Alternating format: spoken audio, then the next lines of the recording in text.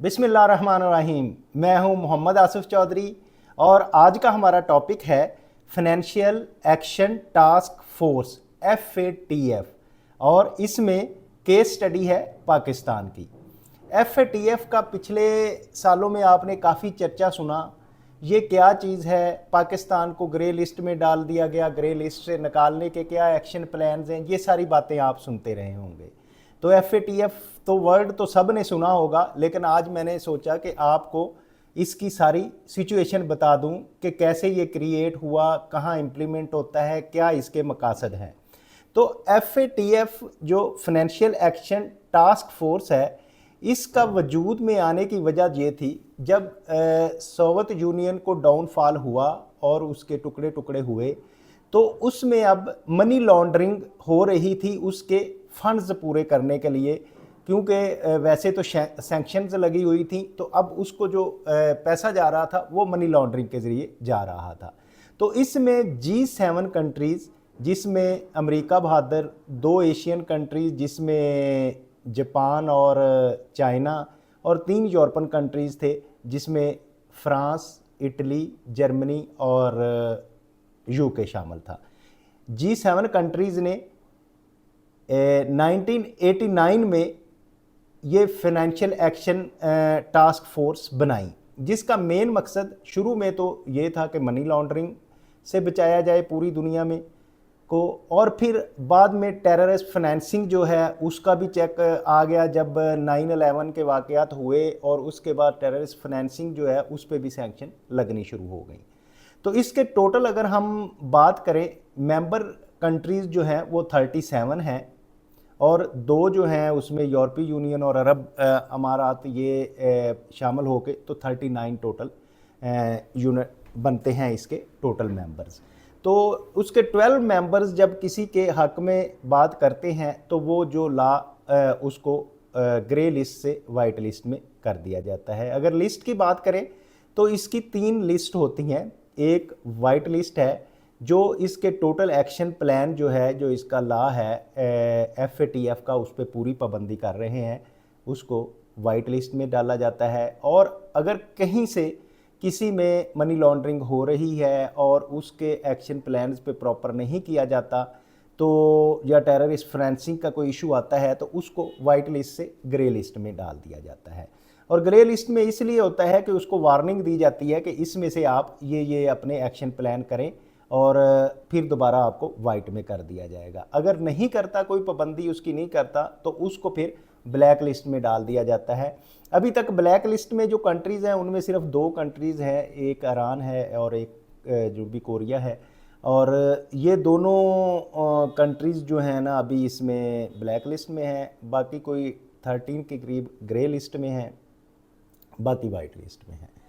तो इसमें जो केस स्टडी है पाकिस्तान के रिलेटेड, उसको हमने पढ़ने के लिए उसका बैकग्राउंड बनाते हैं और फिर बात करते हैं कि क्या है फाइनेंशियल एक्शन प्लान। तो इसमें मेरा जो सीक्वेंस होगा, इसमें सबसे पहले जो इंट्रोड्यूस मैंने कुछ करवाया है, बाकी करवाऊंगा कि फाइनेंशियल एक्शन टास्क फोर्स क्या है, FATF क्या है, implementation of grey and black list on economy उसकी कैसे होती है, जो मैंने अभी बताया कि ब्लैक लिस्ट ग्रे लिस्ट में और ब्लैक लिस्ट में डाल दिया जाता है, वो किस तरह जाते हैं और उससे कैसे निकला जा सकता है।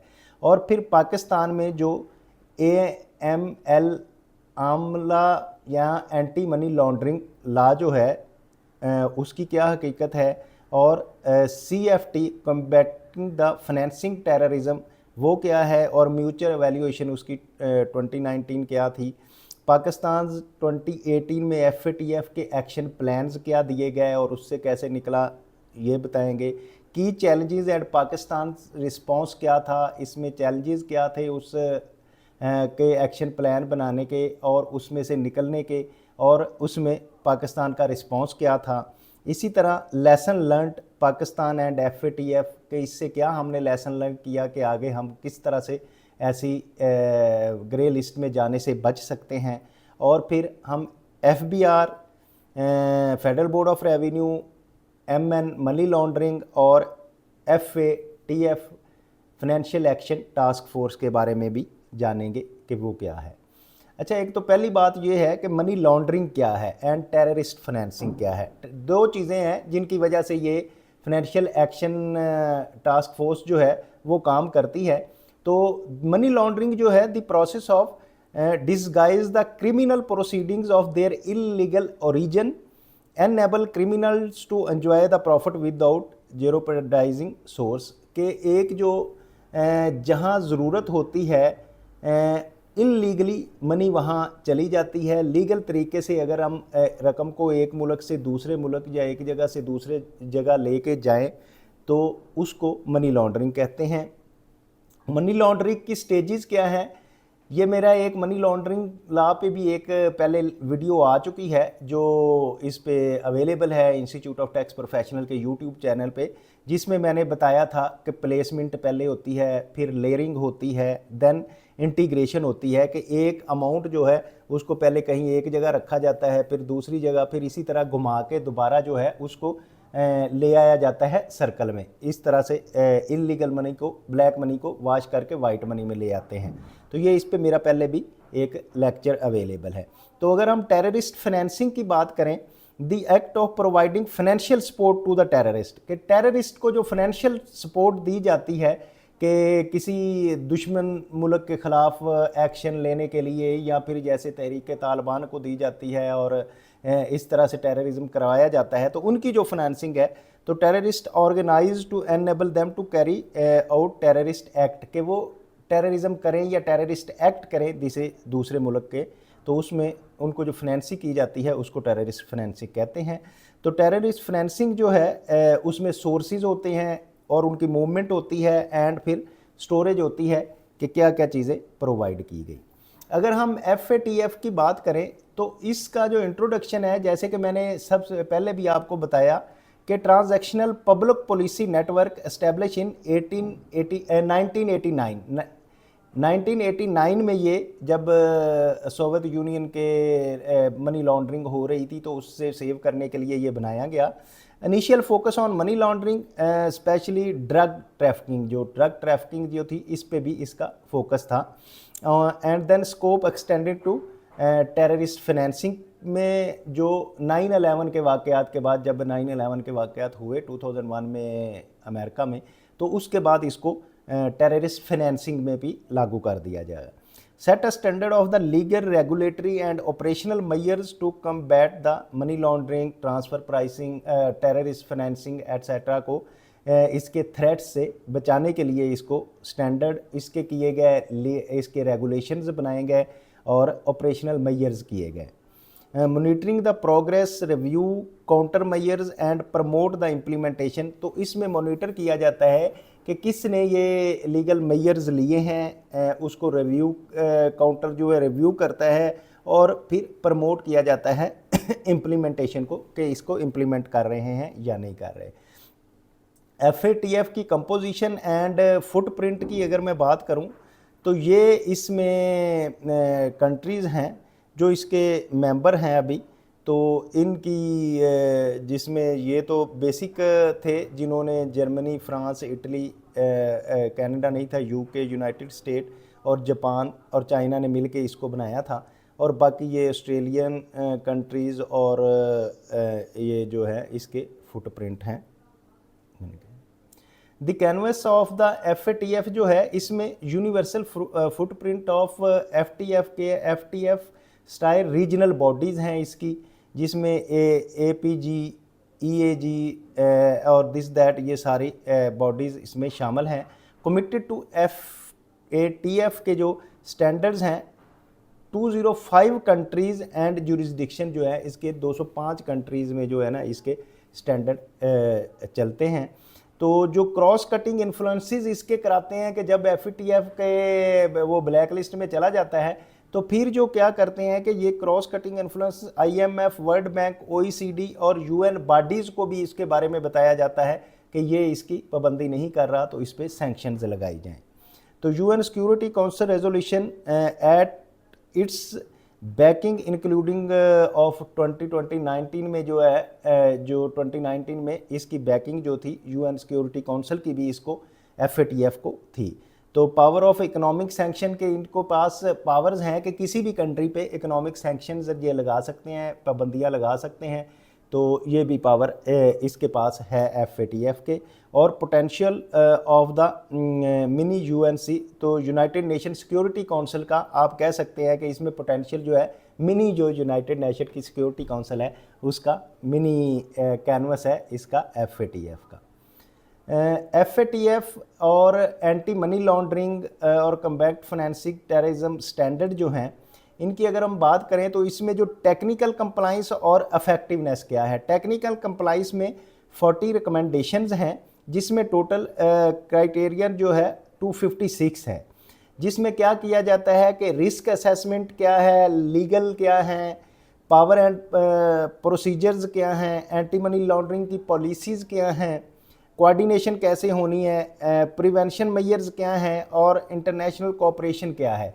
तो ये जो 40 रिकमेंडेशंस हैं, इनमें इन चीज़ों में मतलब रिस्क, लीगल, इंस्टीट्यूशनल और इस तरह की होती हैं।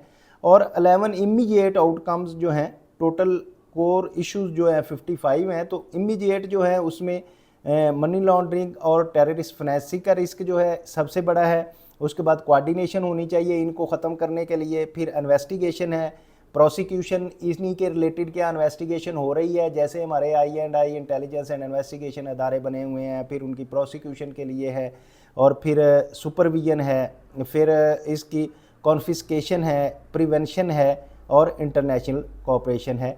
ये जो इसके स्टैंडर्ड्स हैं।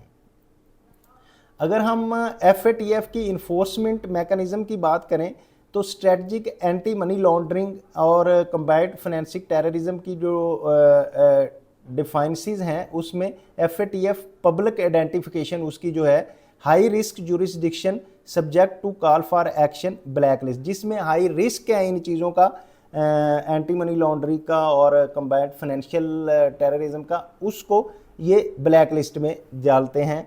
और jurisdiction under the increase monitoring, तो जिनमें मॉनिटरिंग को इंक्रीज करना है उसको फिर ग्रे लिस्ट में डाला जाता है।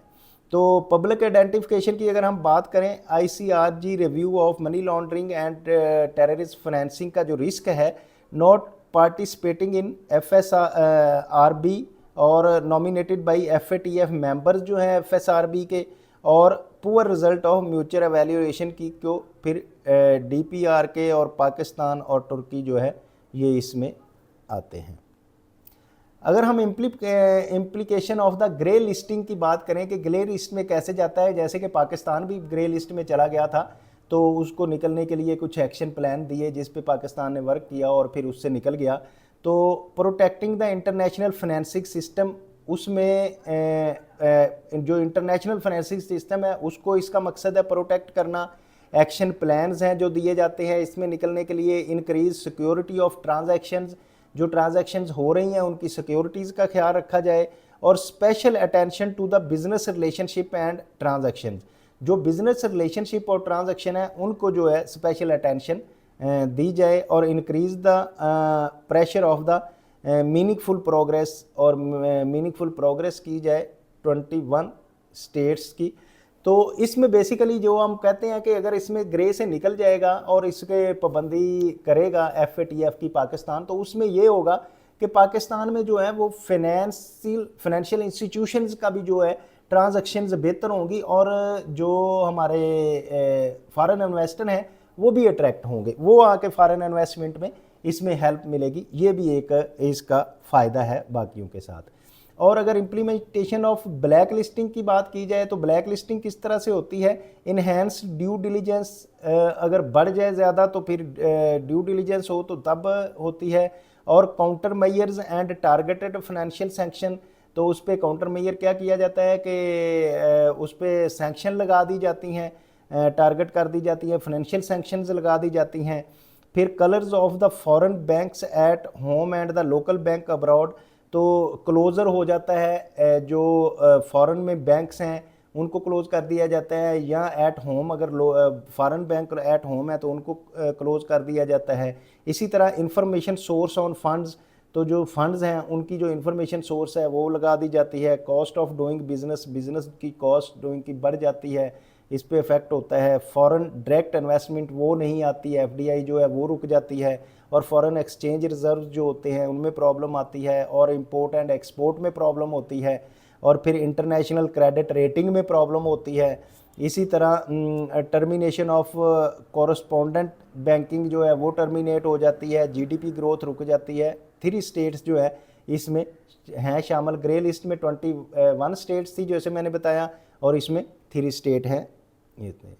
तो ये तो हो गया एफ का, आपने सारा समझ लिया कि क्या है, किस तरह से क्यों इसको बनाने की ज़रूरत हुई, और फिर क्यों ये किस लिए ये काम कर रहा है, इसकी ग्रे लिस्ट का किस तरह से ग्रे लिस्ट बनती है, ब्लैक लिस्ट क्या बनती है, ग्रे लिस्ट पे क्या क्या पाबंदियाँ लगती हैं, ब्लैक लिस्ट पे क्या क्या पाबंदियाँ लगती हैं। तो ये हमने समझ लिया। अब हमारा कंसर्न था कि पाकिस्तान का इससे क्या ताल्लुक है। तो पाकिस्तान के केस स्टडी में अगर मैं बात करूं, पाकिस्तान एंड द एफ का क्या मकसद है। Concurrent assessment F action plan 2018 जो था बाय नॉमिनेशन हुआ था, and F action plan 2022 by mutual evaluation से हुआ था। यूनिक, कम्प्लेक्स एंड चैलेंजिंग था, और जियोग्राफिलिस्ट, anti money laundering and combat financial terrorism deficiencies are both. तो लॉ फेयर्स ये था, लॉ की पोजीशन थी, तो इस वजह से इस पे लगे थे। अगर हम म्यूचुअल एवेल्यूएशन रेटिंग की बात करें तो उसमें टेक्निकल कंप्लाइंस जो थी उसमें से नॉट कंप्लाइंट एनसी जो नॉट कंप्लाइंट थी, पार्शली कंप्लाइंट जो थी, इसको फिर इसलिए इसको ग्रे में रखा गया कि नॉन कंप्लाइंस कुछ चीज़ों में थी, कुछ में पार्शियल कंप्लाइंस थी, लेकिन लार्जली कंप्लाइंट, ज़्यादातर कंप्लाइंट हो गए। और कंप्लेंट जो यानी कि अगर तो एक होता है बिल्कुल कंप्लाइंस नहीं कर रहा, दूसरा है पार्शली कर रहा है, तीसरा जो है ज़्यादातर चीज़ों पर कंप्लाइंस कर रहा है, चौथा ये है कि बिल्कुल पूरी कंप्लाइंस कर रहा है। तो फिर टेक्निकली जो है अगर वो 2 में रखा जाए तो फॉलिंग ग्रेड जो हैं, फेलिंग ग्रेड्स हैं, अगर पहले 2 में आए, अगर दूसरे 2 में चला गया तो फिर उसके ख़त्म हो जाती है। इफेक्टिवनेस क्या है कि इफेक्टिवनेस लो होगी या फिर मॉडरेट इफेक्टिवनेस होगी, तो इसको भी फिर ग्रे में रखा जाएगा। लेकिन अगर सब्सटेंशियल इफेक्टिवनेस होगी और हाई इफेक्टिवनेस होगी तो फिर ये ग्रे से बाहर आ जाता है। तो इस तरह से म्यूचुअल एवेल्यूएशन की जो रेटिंग है वो इस तरह से की जाती है। और पाकिस्तान की म्यूचुअल एवेल्यूएशन 2019 में जो थी उसमें टेक्निकल कंप्लायंस में 40 रिकमेंडेशंस थी। कंप्लायंट था जिसमें फुली उन्होंने काम किया तो वो एक थी जिसके 9 पॉइंट थे, और फिर लार्जली कंप्लायंट जो थे वो 9 थे, जिसमें ये 9 नंबर था, जिसमें 2, 3, 4, 5 एंड ये जो थे वो लार्जली कंप्लायंट था, और पार्शली कंप्लायंट जो था 26 में था, ये जो नंबर्स दिए हुए हैं, और नॉन कंप्लायंट जो था वो 4 नंबर में था, 4 में था। तो अब इफेक्टिवनेस 11 इमीडिएट आउटकम्स जो थे उसमें क्या आया कि इमीडिएट आउटकम में 10.1 तो रिस्क पॉलिसी एंड कोऑर्डिनेशन था, 10.1 risk policy and coordination, 10.2 international cooperation का था, 10.3 सुपरविजन एंड प्रिवेंटिव मेजर्स जो लेने हैं उसके लिए था, legal persons and arrangements and financial intelligence, फिर money laundering investigation and prosecutions जो है मनी लॉन्ड्रिंग की वो भी है, जिसके लिए हमने एंटी मनी लॉन्ड्रिंग लॉ लाए और उसकी इन्वेस्टिगेशन और प्रोसिक्यूशन का किया। इसी तरह कॉन्फिस्केशन, टेररिस्ट फाइनेंसिंग के लिए इन्वेस्टिगेशन एंड प्रोसिक्यूशन के एंटी टेररिज्म लॉ जो था इसकी वजह से आया। TF टेररिज्म फाइनेंसिंग की prevention measures and financial sanctions जो थी इस पे आ गई, और फिर PF फाइनेंशियल सैंक्शंस जो थी ये भी लगाई गई। तो ये सारे में लो था, लेकिन इंटरनेशनल कोऑपरेशन जो था उसमें मॉडरेट था, बाकी सारों में लो था। तो पाकिस्तान म्यूचुअल एवेल्यूएशन प्रोग्रेस की हम बात करें अगर, तो टेक्निकल कंप्लायंस जो थी 14 लॉ इनएक्टेड एंड अमेंडेड, तो 14 लॉ हमने इसकी वजह से अमेंड किए और इनएक्ट किए। 38 ऑफ 40 रिकमेंडेशन लार्जली एड्रेस, जिसमें 40 में से 38 रिकमेंडेशन थी उनको एड्रेस किया। उसके इफेक्टिवनेस क्या थी, in sharp focus parallel team working 75 out of 82 items as the June 21 तक, मतलब टोटल 82 जो थे पॉइंट्स थे उस पे 75 पे कंप्लाइंस कर दी। 7 आउट ऑफ 7 एज ए अक्टूबर 22 में उसमें की गई। अब FATF एक्शन प्लान 2018 में जो इसमें कौन कौन से अदारे भी शामिल थे, इमीडिएट आउटकम क्या था, एरियाज़ किस चीज़ के थे, लीड कौन कर रहा था और अदर एजेंसीज जो इन्वॉल्व थी वो कौन थी और एक्शन आइटम्स क्या थी। तो ये अब 28 के जो थे इमीडिएट आउटकम, 10 to 3 जो थे उसमें सुपरविजन ऑफ एफ आईज थी जिसमें स्टेट बैंक ऑफ पाकिस्तान था, फाइनेंशियल इन्वेस्टमेंट्स थी जिसमें state bank of Pakistan, other जो security exchange commission of Pakistan, FUM और FIA फेडरल इन्वेस्टिगेशन एजेंसी थी जिसमें 6 प्लान थे। और 10.8 जो था उसमें कैश कोरियर्स थे जिसमें FBR और कस्टम्स जो है उन्होंने इसको चेक किया और FIA एंड CTOs जो हैं इनका जो काम था जिसकी वजह से 4 एक्शन आइटम्स थी। 10.9 जो था वो terrorist financing investigation and prosecution था। तो नेक्टा जो था जिसमें CTOs, FIA, ANF, customs, MOFAs, MFUs and international agencies शामिल थी जिसमें 8 एक्शन आइटम्स थी वो उनको फुलफ़िल किया गया।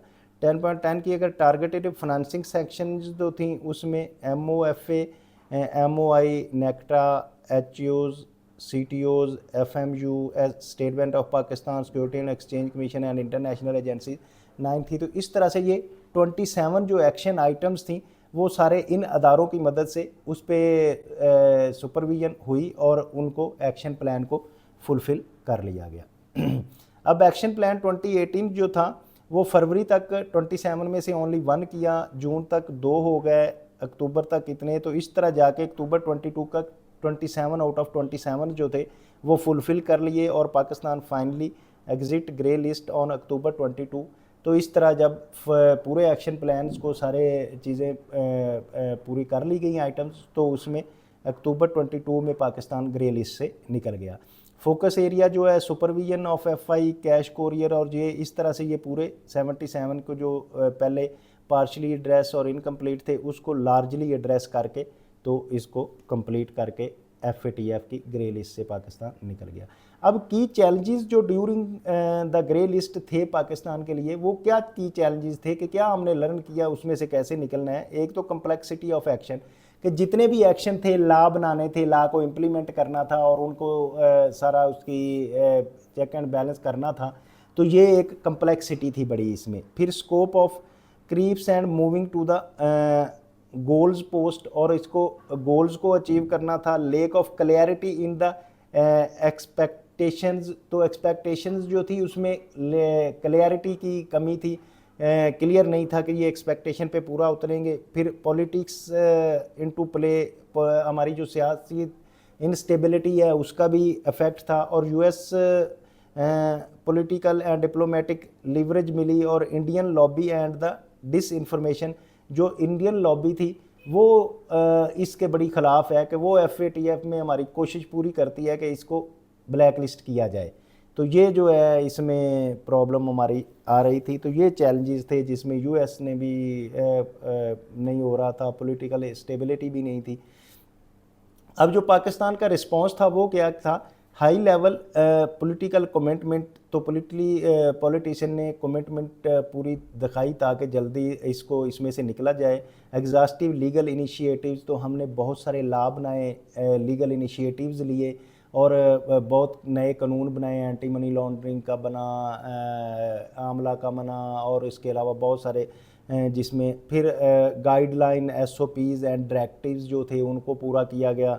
और फिर risk assessment and risk based approaches to enforcement जो थी उनके हुआ। Enhance the inter agency coordination, जो हमारी इंटर एजेंसियाँ हैं आपस की उनकी कोऑर्डिनेशन को बढ़ाया गया कि एक दूसरे की ऐसे FIA, FBR और जो हमारी है एंटी टेररिज्म और सबको मिला के काम किया। तो इस तरह से increase in money laundering and terrorist financing investigation and prosecution जो है ये नए ला बने और इसको बढ़ाया गया जिसकी वजह से हमें कुछ पाकिस्तान ने ये रिस्पांस दिया। तो लेसन क्या लर्न किया पाकिस्तान ने इस FATF का कि acknowledgement of the strategic deficiencies in anti money laundering and combat financing of terrorism जो है वो रजीम की एक्नॉलेज किया पाकिस्तान ने अपनी डेफिशिएंसीज को और उसको रिमूव करने की कोशिश की। फिर unprecedented response to the unprecedented assessments, जो अनप्रेसिडेंट रिस्पांस था क्योंकि असेसमेंट अनप्रेसिडेंट थी तो उसका रिस्पांस का ये एक लेसन किया। Whole of the government approach, तो पूरी गवर्नमेंट की अप्रोच जो थी वो एक देखी कि क्या है।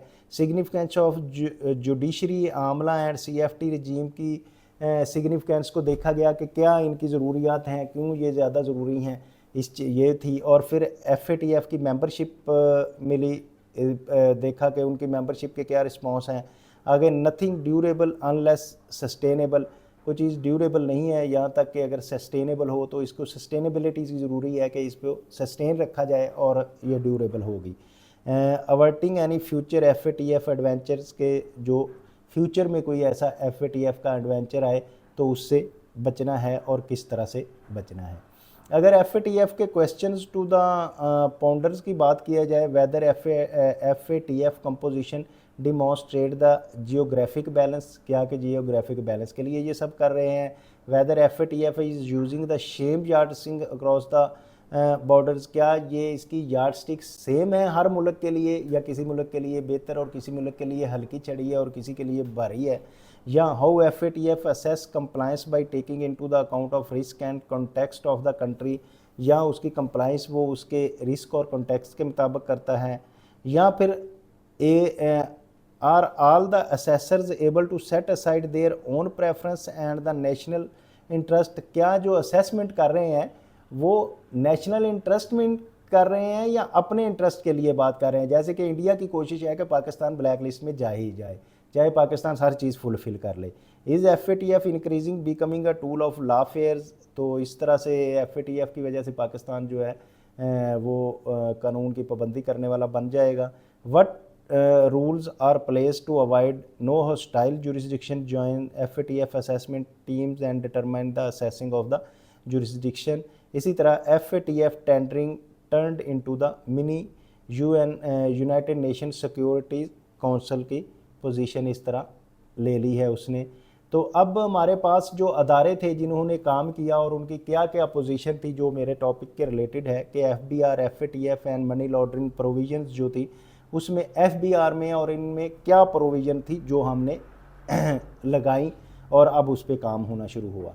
तो ऑफेंस ऑफ मनी लॉन्ड्रिंग के जो हैं वो सेक्शन 3 थे और एंटी मनी लॉन्ड्रिंग के जो एक्ट का था, a person shall be guilty of offense of money laundering if a person acquire, convert, possess, use or transfer of property knowing or having a reason to believe that such property is proceeds of crime, कि ऐसी property जो जानते हुए या बगैर जाने वो ऐसे ट्रांसफ़र करे कि उसको वो किसी क्राइम के लिए इस्तेमाल हो रही हो, तो ये जो है ऑफेंस है मनी लॉन्ड्रिंग का। और फिर conceals of the disguised of the true nature, origin, location, disposition, movement of the ownership of the property knowingly having reason to believe that such property proceed for crime, कि किसी property को transfer करें कि इस मकसद के लिए कि वो कहीं क्राइम में यूज़ हो जाए, तो ये भी इसमें ऑफेंस है। Hold, possess, behave any other person or any property, किसी और पर्सन की प्रॉपर्टी हो जो कि किसी क्राइम के लिए यूज़ हो, या participate in associates conspires the commit attempt to commit, या कोई कोशिश करे कोई क्राइम करने की या अटैम्प्ट करे कमिट करने की या उसमें कमीशन ले या कुछ करे, तो ये भी इसके ऑफेंस में शामिल है। तो अब जो FATF के एक्शंस एंड FBR ने क्या काम किया कि एक DNFBPs जो थी मनी लॉन्ड्रिंग 2021 में conduct both side of the on side supervision commitment with the specific risk associated or DNFBPs including applying the appropriate sections, almost fully जो है FBR ने इस पे कमांड कर ली है। demonstrate continue monitoring of DNFBPs to compliance with the targeted financing sanction proliferations and financing PS TNPP and impose the appropriate sanction to the non-compliance, तो ये FBR ने इस पे कर लिया। इस तरह मनी लॉन्ड्रिंग का increase, money laundering investigation and prosecution बढ़ा ली है और confiscate the proceeds of crime, तो मोस्टली इस पे भी काम ऑलमोस्ट हो गया है। अब FBI एंड आमला एक्ट 2010 जो है, इसमें I&I intelligence and investigation, inland revenue, money laundering investigation and prosecution agency of tax evasion and frauds के जो हैं केसेस, उसमें tax fraud under sales tax act 1990 and federal excise का जो था उसमें 33 of sales tax act entry 11 and 13 of the table offence and penalties जो हैं 100% उसमें कर दी गई जो क्रिमिनल करते हैं। और इसी तरह 1903 जो है federal excise act offence and penalties जो हैं उसमें की गई। इसी तरह evasion of tax under the income tax ordinance 2001 में जो अविजन्स हो रही थी 92 में prosecution of the false statement की वेरिफिकेशन की, और 192A prosecution of concealment of income where tax और टू बी अवेडेड, 10 मिलियन से ज़्यादा टैक्स अवेड हो रहा था उसमें। और 194 जो था जिसमें prosecution of improper use of anti certificate whether tax और to be evaded 10 million rupees तक जहाँ हो रहा था उसको। और फिर 199 प्रोसिक्यूशन अबेसमेंट वेदर टैक्स और to be evaded 10 million rupees or more. तो ये जो है लाज लाए गए। इसी तरह I&I and customs intelligence and investigation, custom money laundering investigation and prosecution agency में जो स्मगलिंग में यूज़ हो रही थी, smuggling cases under the customs act 1969 customs के अंडर आ गए। और इसमें फिर सब सेक्शन 21 में डेफिनेशन ऑफ स्मगलिंग डाली गई, 15 में prohibition of goods in to the out of Pakistan, उसमें जो ममनुआ चीज़ें हैं उन पर पाबंदी लगाई गई। फिर power to prohibit and restrict the importation and exportation, जो ममनुआ चीज़ें हैं उनकी इंपोर्ट और एक्सपोर्टेशन पे पाबंदी लगाई गई। 32 में फॉल्स डॉक्यूमेंट स्टेटमेंट, और फिर 32A जो है फॉल्स फ्रॉड के, और 139 declaration of the passenger and crew baggage जो है उसको भी चेक किया गया। इसी तरह डायरेक्टरेट जनरल ऑफ DNFBPs जो था, regulatory authority of real estate agents, DPMs and accountants and other members of ICAP and ICMA के जो थे इनको भी किया गया। अब what to be consider anti money laundering में क्या कंसीडर करना है, how well and what circumstances the potential cases of money laundering identify and investigated including through the parallel financing investigation को कैसे उनको आइडेंटिफाई करना है और कैसे उनको प्रोसिक्यूट करना है, and what extend the type of money laundering activity being investigated and prosecuted consisted with the countries threat and risk profile, के कंट्रीज़ के थ्रेट और रिस्क प्रोफाइल से बचाने के लिए मनी लॉन्ड्रिंग एक्टिविटीज़ को इन्वेस्टिगेट और प्रोसिक्यूशन करना है। To what extend the money laundering cases prosecuted and offend to convicted, तो जो कन्विक्टेड हैं उनको सज़ाएँ किस तरह देनी है। To what extend the sanctions applied against the natural and legal persons convicted money laundering, natural और लीगल पर्सनस जो हैं कन्विक्टेड हैं उनको किस तरह से प्रोसिक्यूट करना है। And to what extend the criminal justice measures applied where it is not possible to secure the money laundering convention, तो ये किस तरह से मनी लॉन्ड्रिंग का लॉ जो है अप्लाई करना है। इसी तरह the canvas of money laundering and investigation में इंक्लूड करता है every concealment cases where tax sought to be avoided, यानी कि 10 मिलियन से ज़्यादा जहाँ भी टैक्स अवेड होगा वो भी मनी लॉन्ड्रिंग के लॉ के तहत उस पर किया जाएगा। और हर जगह जहाँ टैक्स फ्रॉड होगा under sales tax act and federal excise वो भी मनी लॉन्ड्रिंग के लॉ में आएगा। और all smuggling and physical fraud जो है अंडर कस्टम्स एक्ट वो भी मनी लॉन्ड्रिंग में आएंगे। इसी तरह से applicability of the two laws of the same tax offence parallel investigations होंगी, power under AMLA and act and mutually beneficial to detect the tax evasion. इस तरह से टैक्स अविजन जो है उसको पैरेलली चेक कर लिया जाएगा। और money laundering investigation on tax crime leads to prosecution that consider the deterrence, जिसकी वजह से प्रोसिक्यूशन क्योंकि हो गई, पहले तो वाइट कॉलर क्राइम था अंडर इनकम टैक्स ऑर्डिनेंस 2001, अब जब मनी लॉन्ड्रिंग का लॉ लगेगा तो प्रोसिक्यूशन के डर से जो है लोग इससे अवॉइड करेंगे। इसी तरह applicability of the mutual legal assistance जो है वो एक्ट बना, और access to the data to the information of DNFBPs regulatory authorities और DNBP के भी उसको असेस किया गया। तो अब अगर देखा जाए तो ये FATF जो है गो कि ये उन कंट्रीज़ ने इस चीज़ों को बचने के लिए लगाया, लेकिन इसमें हमारे पाकिस्तान में भी इसकी बड़ी प्रॉब्लम्स चल रही हैं। अगर हमने इन एक्शन प्लान्स पे पाबंदी करेंगे, हम इसकी वजह से करेंगे, तो हमें भी क्या फ़ायदा होगा कि हमारे फॉरेन इन्वेस्टमेंट बढ़ेगी, हमारे जो टैक्स चोरी होता है उससे बचेंगे हम, स्मगलिंग होती है उससे बचेंगे हम। इसी तरह से हमारे जो इकोनॉमिक प्रोग्रेस है वो भी अच्छी होगी, हमारे जो कलेक्शंस टैक्सेस की हैं वो भी अच्छी होंगी। तो पाकिस्तान को भी इससे इंशाल्लाह बहुत ज़्यादा फ़ायदा होगा। तो इसमें पाबंदी कर रहे हैं और लाभ बन रहे हैं, तो इस तरह से वो टैक्स की अवॉइडेंस भी कम होती जाती है, क्योंकि इसका इम्पैक्ट टैक्स पे पड़ना है।